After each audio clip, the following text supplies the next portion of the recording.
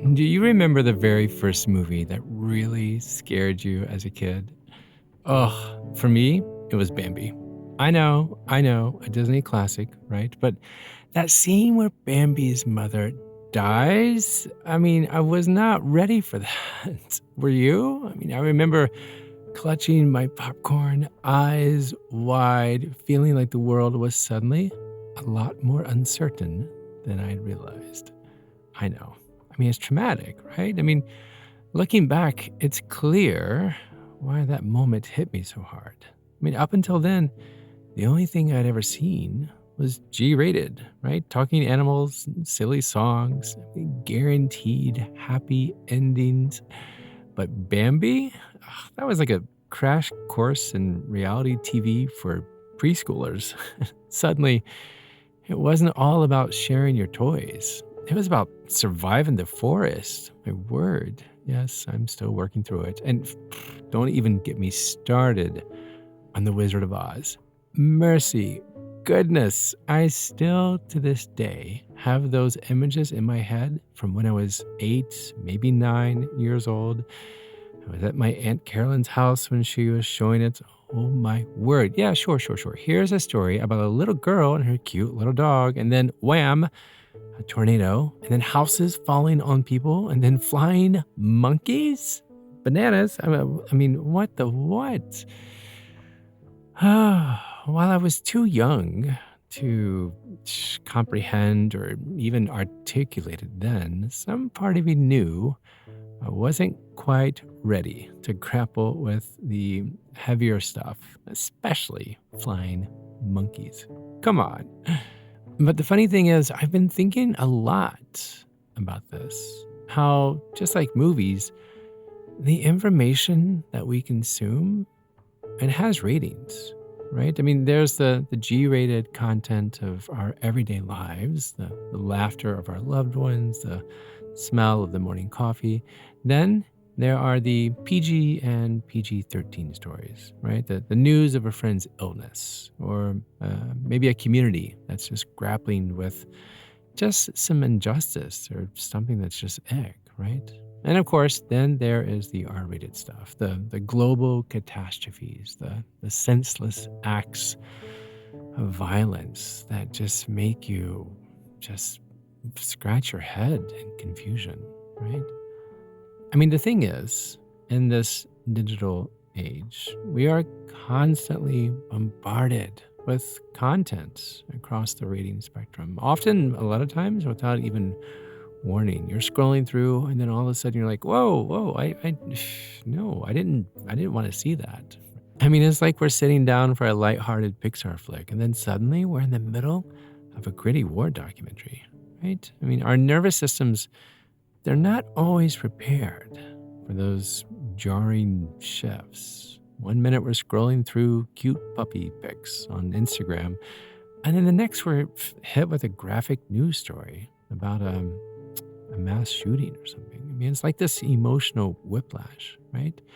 Our hearts are just pulled from the sweet simplicity of a child's giggle to the gut-wrenching complexity of systemic injustice, all in the span of a few thumb swipes.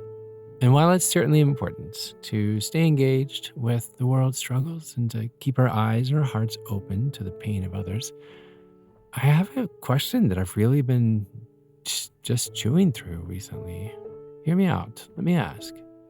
I wonder if we're taking in more than we were ever meant to handle. Our ancestors didn't have to grapple with the suffering of entire continents over their morning coffee. They weren't exposed to the raw, uncensored realities of war and famine and exploitation before their first yawn of the day. But now, with the world's tragedies constantly at our fingertips, it's all too easy to just drown in a sea of despair before we even get out of bed. We can feel the weight of the world's pain pressing down on our chest, making it hard to breathe, hard to remember that there's still beauty and goodness worth savoring, even. Of course, it's important to recognize that not everyone has the same level of control over their media exposure. For some, the R-rated content, that's their daily reality. It's not just a headline or just something on social media. The ability to create our media diet or focus on our personal joys is in itself a privilege that not everyone has equal access to. So, how do we do this? How do we create strategies to care for our well being while staying connected to the world around us? I mean, how can we find that balance? How can we honor our own humanity, even as we work to ease the suffering of others? Because at the end of the day, I'm left thinking, and have been for a while, the fact that we were never meant to know everything, everywhere, every moment. So today I want to explore how to stay engaged and empathetic in this 24/7 news cycle world while still making space for the G-rated moments that make life worth living. Let's find out. I'm Chad Lawson, and let's calm it down in 3, 2, 1. I want to be clear. Creating awareness of global issues, it's important.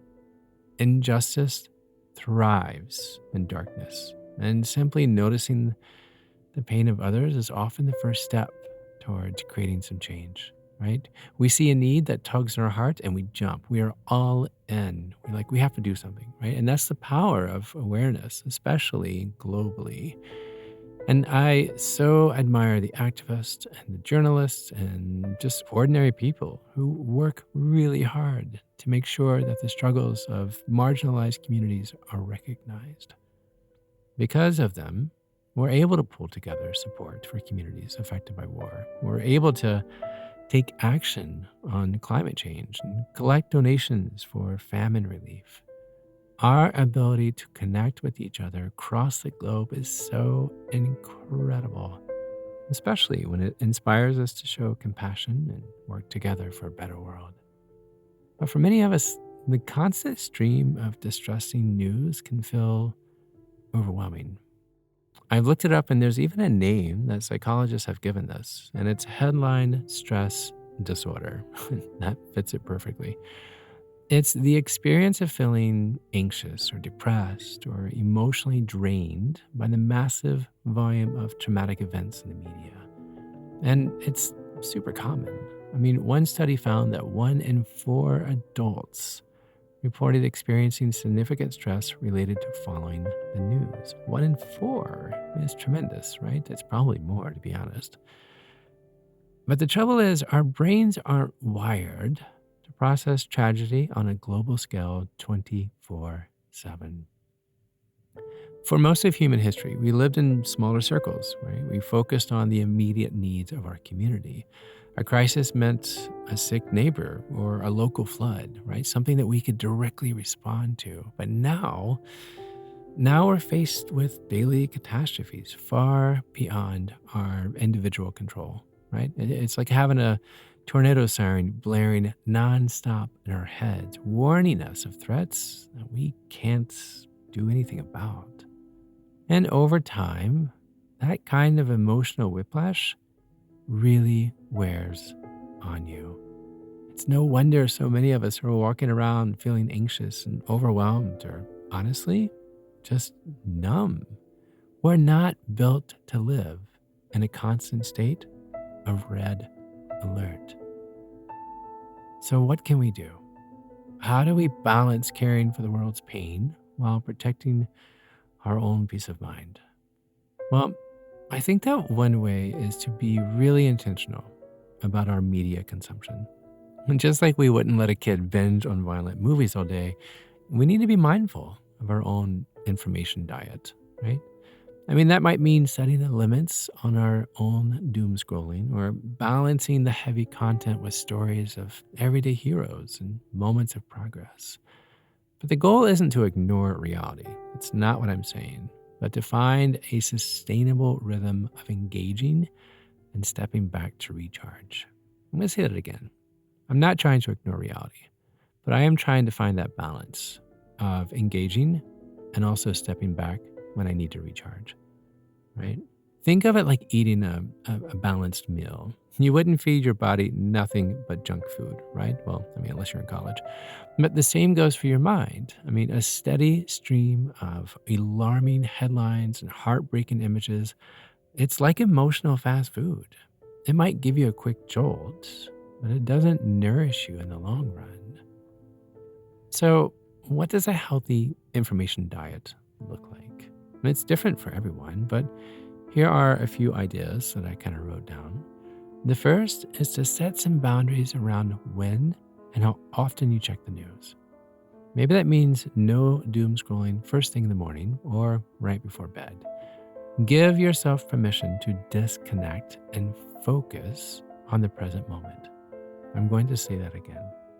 Give yourself permission to disconnect and focus on the present moment. And then also create your social media feeds to include a mix of things, right? Things that inform, things that inspire, things that lift you up. Follow accounts that regularly share stories of golden retrievers or hydrangeas or maybe a dash of baking cookie tutorials.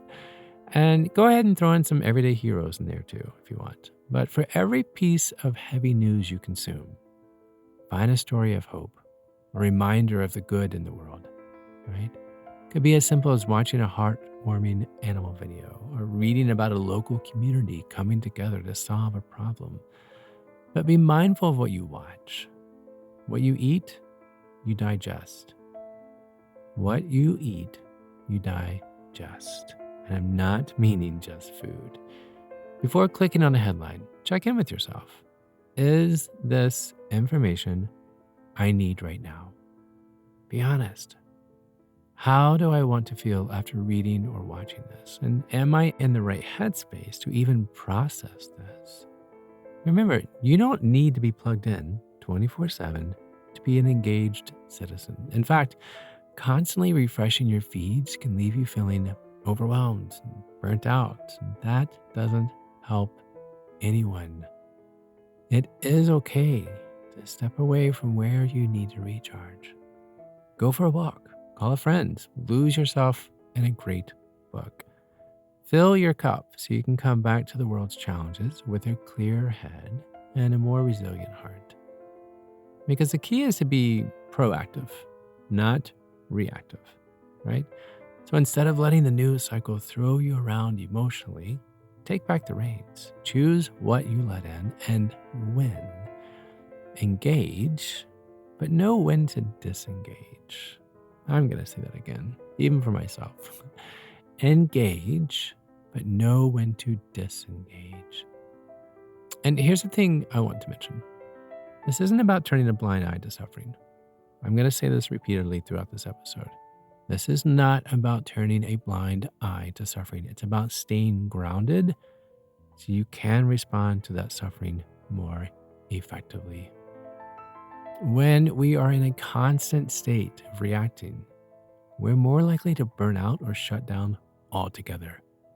But when we care for our own well-being, we're better able to show up for others in a sustainable way. All right, just a quick inhale, quick exhale. Speaking of caring for our well-being, I want to take a moment to talk about our physical health. Just like we need to be intentional about our media consumption, we also need to be proactive about our healthcare. Everybody is so unique. So shouldn't our healthcare be that way too? I mean, whenever I visited a traditional medical office, I felt rushed and treated like any other patient, right? Given generic advice that I can often take with a grain of salt before doing my own research, I really started wondering about this approach and decided to look for other options for a more personalized healthcare experience, which is why I'm super excited to introduce to you today's sponsor, Wild Health. Guys, listen in. This is really a tremendous group. It was founded by two emergency room physicians. Wild Health takes a very proactive and preventative approach to healthcare. It's called precision medicine. They use your genetics, your biometrics, and your lifestyle data to help you determine what your body needs as far as nutrition, exercise, sleep, and supplements, and more, so you can function at your best now and in the long run. Want to hear something crazy? Wild Health can determine if you have elevated levels that can contribute to a wide range of current or potential issues. Everything from brain fog or drowsiness during your busy workday to microbiome and gut health issues to indicators for diabetes, prediabetes. The list is incredible. And the thing is, once identified, 89% of Wild Health patients showed improvement with these changes. 89%. That is the kind of info that you're going to get with Wild Health. So whether you have a specific health goal like weight loss or body composition or improved energy, or just broadly want to optimize your health and prevent diseases, Wild Health tailors a care plan with lifestyle first interventions rather than pills or prescriptions, right? In the simplest sense, they want you to live longer. Maybe you're a slow caffeine metabolizer and need to avoid that afternoon cup, or perhaps high intensity interval training workouts are actually doing your body more harm than good. Or you might just learn that avoiding old-fashioned dairy or gluten is entirely unnecessary. This is the type of insight that you are going to get with Wild Health. So to help you implement your individual care plan, Wild Health pairs each person with a care team consisting of a board-certified precision medicine physician and accredited health coach who you can message anytime through their app. It's incredible. Plus, Wild Health is fully virtual via telemedicine, and it's available everywhere in the United States. Wild Health is generously extending Calm It Down listeners 20% off the cost of membership with the code CALM, CALM. Head over to wildhealth.com/calm and use the code CALM at checkout. Make this commitment to yourself. I want you to live longer. I want you to feel amazing. I want you to listen to this podcast and leave reviews and drop me emails and say hello and send me photos of you and your family and your cookies and all this stuff. So I want you to live longer, and Wild Health can help you do that. 20% off the cost of membership, wildhealth.com/calm, CALM. Okay, getting back to things. Just like we need to be mindful of our media diet for our mental health, we also need to be proactive about our physical health. Because when we feel our best physically, we're better equipped to handle the emotional challenges that come our way. So it's important to focus our efforts where we can to make the most impact. We can't single-handedly solve every global crisis, but we can contribute to causes that really resonate deeply within us. Recently, I went off on a tangent with a friend about something that's super heartstrings important to me. And I just kept saying, we have to fix this. We have to help. We have to help. To which she calmly said, Chad, you can't help everyone. I cried. I have to be honest. I cried. Not because she was wrong, but because she was right. But what I did take from this was I may not be able to help everyone, but I can try to bring some hope to someone, even if that's just one person. So for you, maybe that's mentoring a struggling teen. Maybe that's supporting a local women's shelter or advocating for more green spaces in your neighborhood.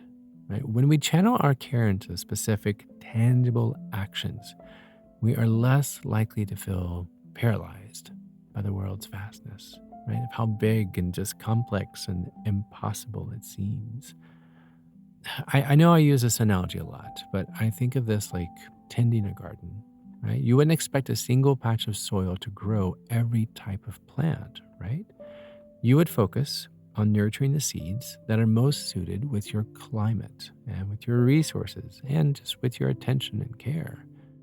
Well, the same goes for what we are passionate about and helping. We're not meant to address every issue under the sun. That is a recipe for being overwhelmed and burnout. Instead, We can lean into the causes that really tug at our heartstrings, the ones that make us come alive with purpose. Maybe for you, that's volunteering at a local animal shelter or joining a beach cleanup crew, right? Maybe it's donating to organizations that support refugee families or just writing letters to your representatives about issues that really matter to you. The key is to get specific and to start small, right? Break down those big, daunting global problems into bite-sized actions that you can take right where you are. When we zoom in on the slice of the world we can directly impact, our families, our neighborhoods, our local communities, we start to see glimmers of progress. And that can give us the hope and the momentum to keep going, even when the big picture feels bleak. And then finally, I want to bring a spotlight to something quite often overlooked: caring for ourselves. Caring for ourselves is not selfish, it's an act of preserving ourselves. We cannot pour from an empty cup. You hear that, right? You cannot pour from an empty cup. So, alongside our passions, we need to prioritize what nourishes our spirits. For some, that's a walk in nature or a heart to heart with a friend. And for others, it's a few minutes of stillness in a busy day or a comforting ritual like, I don't know, making coffee or brewing tea. But the key is to notice what makes you feel centered, right? And to make time for those moments of G-rated goodnesses that I like to call. And that looks different for everyone, and that's okay, because self-care isn't about fancy spa days. It's about tending to yourself so you can keep showing up for the long haul. And here's the beautiful thing. When we live with presence and compassion in our own corner of the world, we send out ripples. Every smile shared, every meal offered, every listening ear is small but mighty. It is.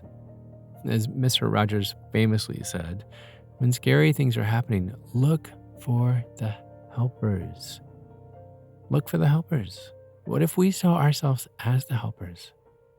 Not just in the big ways, but in the everyday parts of kindness. So here's my challenge for you this week. Take an honest look at your media consumption and notice how it's impacting your nervous system. When you feel yourself getting caught in that cycle of despair, can you gently redirect to something that feeds you hope? Make space for both the world's struggles and your own simple joys. They can coexist. And then pick one cause that tugs at your heartstring, and then brainstorm one way that you can meaningfully contribute. It doesn't have to be a grand gesture. It doesn't have to be anything very noble or just, big to do, but just small actions. Because small actions, when done with love, they have a way of rippling outwards. Focus your light there and trust that it matters. And during all of this, don't forget to savor the sweet G-rated stuff, the silly jokes, the throwing a ball with a pet, or that perfect bite of something delicious. Those moments are not wasted. They're little lifelines, right? They keep you connected to what's good in life. But caring about the world and also caring about your life, they don't have to be on the opposite ends. In fact, they're actually pretty intertwined. So this week, be gentle with yourself as you find your way through all of this. Remember that you're human just as much as I am, right? And we're just doing our best that we can. So this week, be gentle with ourselves as we find our way through, remembering that we're all just human beings doing our messy, miraculous best.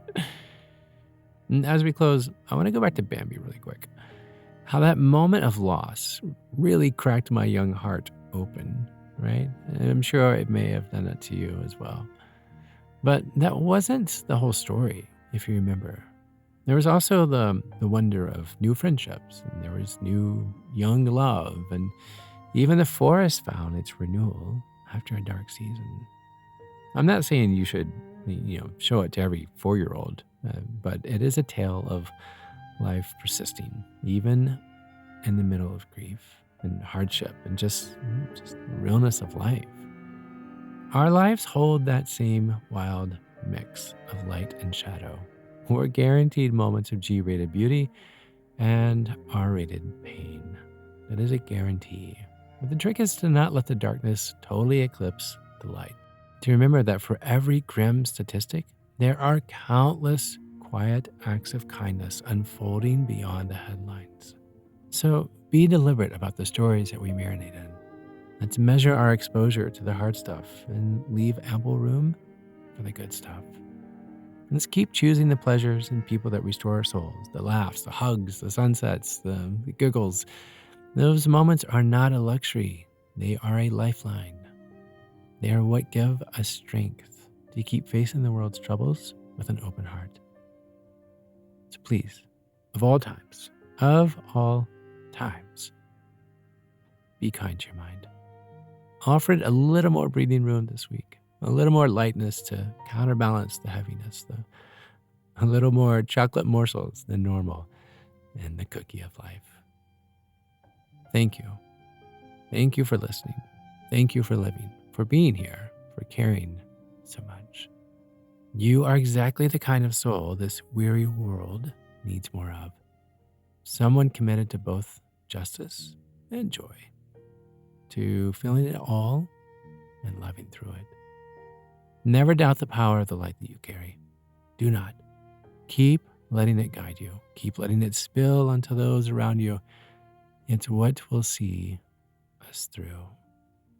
Until next time, be kind to your mind. Join me again as we calm it down.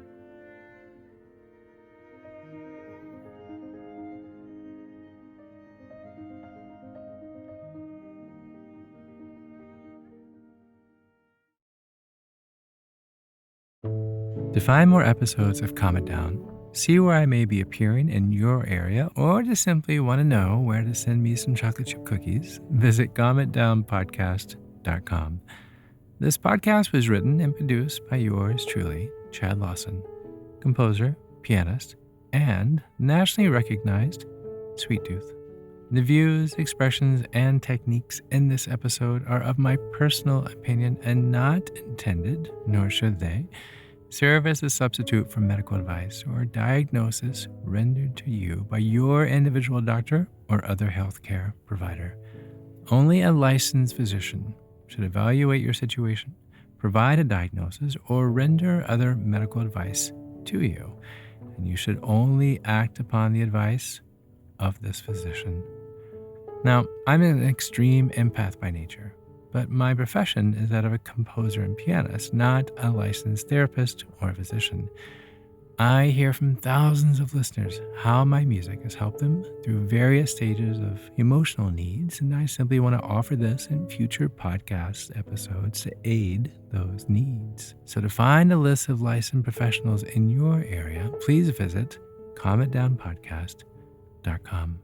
And if you've enjoyed today's episode, please leave a review, or better yet, share it with a friend.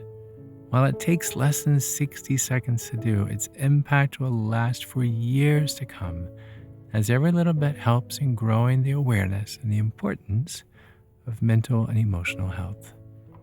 Thank you for listening. Thank you for living. And until next time, be kind to your mind and join me again as we calm it down.